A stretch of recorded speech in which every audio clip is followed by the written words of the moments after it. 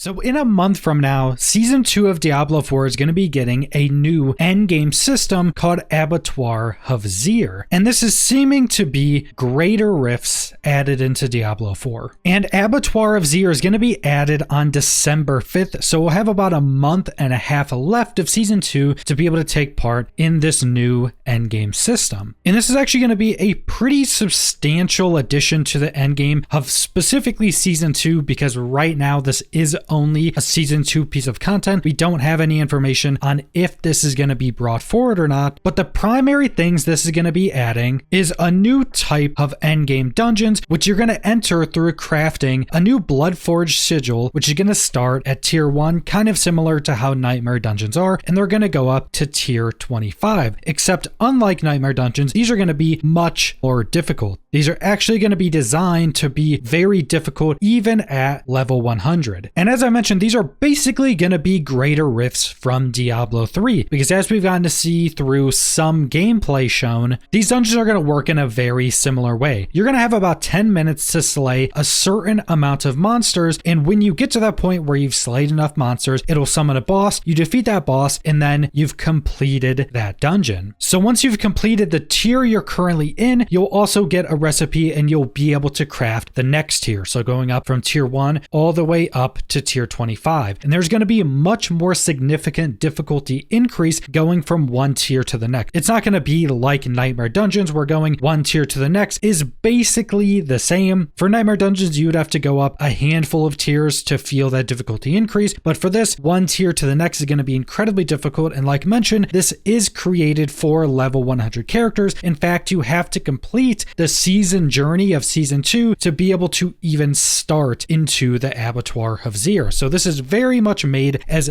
pinnacle endgame content that you need a good endgame build at level 100 to be able to progress through. Now, one of the main rewards for partaking in this new content is the first unique glyph ever added into Diablo 4, which is going to be called the Tears of Blood. This is going to start at level 1 like most glyphs, but unlike all the other glyphs, this glyph is going to be able to be leveled up to level 200, and this glyph is ridiculously strong even just at a base. So it starts at a radius size of 4. The radius will be increased once it hits level 50, and we're not sure if the radius is going to increase past level 50, but it might get much bigger than other glyphs because of how many times you can actually level it up. But the actual bonuses on this glyph is for every 5 core stats purchased within a range, you gain 2% increased damage, and this is multiplicative, so this is just absurdly high damage increases once you get this glyph leveled up. But then you're also getting a plus 50% bonus to all rare nodes within range, and the bonus of this is increased by 10% every 10 levels, so basically 1% every level this gets, but I assume it's not going to actually increase until you get that 10 levels. So you're also going to be getting a massive power increase to the rare nodes within range. And I think one of the reasons this glyph is so incredibly strong is because it's tied to this new endgame system, so it's there to help you get stronger to be able to continue to progress into this new system and get into the higher tiers. And we actually got a chart of exactly how the system is going to play out. So first off, you have to complete the Season 2 season journey, which isn't that big of a deal because you should probably be level 100 to get into this system. It's a very difficult endgame system specifically made for level 100 characters. But once you do that, you'll get a recipe to craft the tier 1 version of the Bloodforged sigil. So then you're going to craft that, I think using the same normal sigil dust, and then you're going to go complete the tier 1 dungeon. You're going to be able to get a few things from completing it. You can get the new unique Paragon glyph that's ridiculously strong. I don't think it's a guaranteed drop, but it will probably be a pretty high drop chance to get it. You'll also unlock the recipe to get the tier 2 of the Bloodforged sigil, and you'll also get a totem at the end of the dungeon, like you would get at the end of all Nightmare dungeons, that gives a lot of a glyph experience to either use on the new glyph or on any of your other glyphs. And because the new unique glyph goes up to level 200, it sounds like this is going to have to give a ton of experience. So it may even be better to max out all of your other glyphs than to start leveling up the new unique glyph. So then you're going to craft the tier 2 sigil, you're going to go complete the tier 2 dungeon, you're going to get the upgrade totem at the end to massively upgrade your glyphs and maybe even upgrade the new unique glyph. Then you're going to get the tier 3 sigil recipe, craft the tier 3 sigil, complete the tier 3 dungeon, so on and so forth. And that's how the system is going to be working. And again, when you get in the actual dungeon, it's going to play like Greater Rifts from Diablo 3. So it's going to be quite a bit different from normal Nightmare dungeons. We don't know how all the different layouts or everything is going to be, but it does sound like it's going to be significantly different. It's also going to be the same objective throughout. You just have to kill enemies until the boss spawns. You're on a timer. And I think that's actually going to work a lot better than most Nightmare dungeon objectives. You just go in there, you kill enemies. You don't have to kill all the enemies. You just run through, destroy enemies as quickly as you can until the boss spawns, kill the boss because it's going to spawn directly on top of you, kill that, complete the dungeon, you're good to go. I think it's going to be much more enjoyable than most of the Nightmare dungeons. But that's the entirety of this new endgame system, and I'm pretty excited for it. I was a fan of Greater Rifts and Rifts from Diablo 3, and I think it's going to work well being added into Diablo 4. But there is something pretty interesting about how the developers were talking about this system, because before even talking about this system, they mentioned that they want to add more evergreen endgame content for Diablo 4. So that means non-seasonal content, stuff that's added in with the season, but adds to the Eternal Realms as well,